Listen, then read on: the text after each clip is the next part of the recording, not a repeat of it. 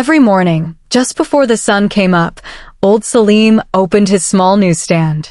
It sat on a busy corner in the heart of the city, squeezed between a tall bank building and a noisy coffee shop. It was small, just a wooden kiosk with a little roof to keep the rain off. But for Salim, it was the whole world. Salim had been running this newsstand for 42 years. He had started when he was a young man, new to the city, looking for work. Now his hair was gray, his hands were slow, but his eyes still saw everything. From his small wooden stand, he watched the world change. He sold newspapers, of course. Magazines, too. And little things people needed on their way to work.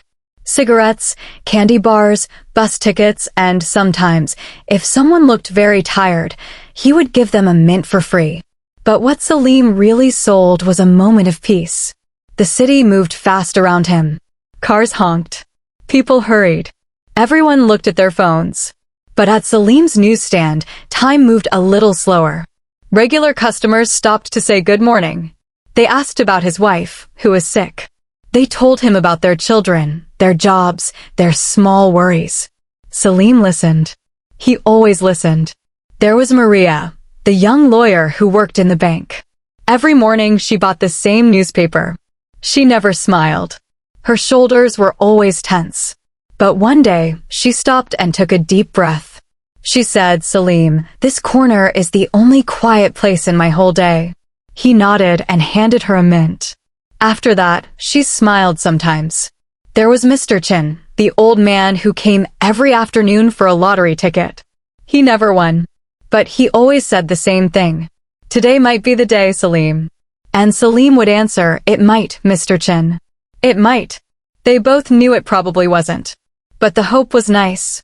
There was the young woman who delivered packages. She was always in a hurry. But one rainy Tuesday, she stopped under Salim's little roof to wait out the storm. She looked at the magazines. She picked one up. She read a story while the rain fell. Before she left, she bought the magazine. She said it was the first time in months she had done something just for herself. Salim thought about that for a long time. The newsstand was more than a business. It was a small island in a rushing river. People stopped there. They caught their breath. They remembered that life was not only about getting to the next place. Sometimes it was about standing still for just a moment. Salim saw the seasons change from his corner. In spring, the young couples walked by holding hands. In summer, children bought cold drinks from him. In autumn, leaves fell on his little roof. In winter, he brought a small heater and wore his thick coat. And through it all, the people came. He noticed things others didn't. He saw the man who always bought flowers on Fridays. He saw the woman who cried quietly on the bench across the street. He saw the boy who saved his coins to buy a comic book week after week until he finally had enough. Salim gave him an extra comic for free that day. The boy's smile stayed in his heart for weeks. Years passed. The city grew taller. More buildings. More people. More noise. But the newsstand stayed the same. It became a landmark. People gave directions using it. "Turn left at the old newsstand," they said. Salim liked that. One day, a young man came to the stand. He looked familiar, but Salim couldn't place him. The man smiled. "You don't remember me, do you?" he said. Salim looked closer. The eyes. The smile. "The comic book boy," Salim whispered. The young man laughed. "Yes, I'm a teacher now. I still have that extra comic you gave me." It meant everything. Salim felt his eyes grow wet. He pretended it was the wind. That evening, Salim walked home slowly. He thought about all the faces, all the stories, all the small moments.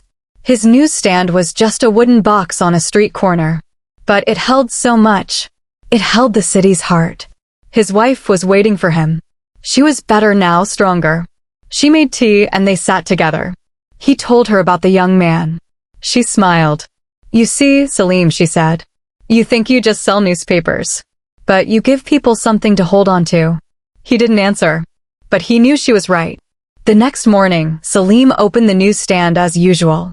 The sun was rising, painting the buildings pink and gold. Maria came for her newspaper. She smiled. Mr. Chin came for his lottery ticket. He had hope. The delivery woman came, not to deliver, but just to say hello. She bought a magazine. And Salim stood in his small wooden world, watching the river of people flow by. He thought about the young man, now a teacher. He thought about the thousands of faces that had stopped at his corner over 42 years. Each one carried a story. And Salim had been lucky enough to hear some of them. The city roared around him. But at the newsstand, there was peace. There was time. There was a man who saw everything. And that was enough.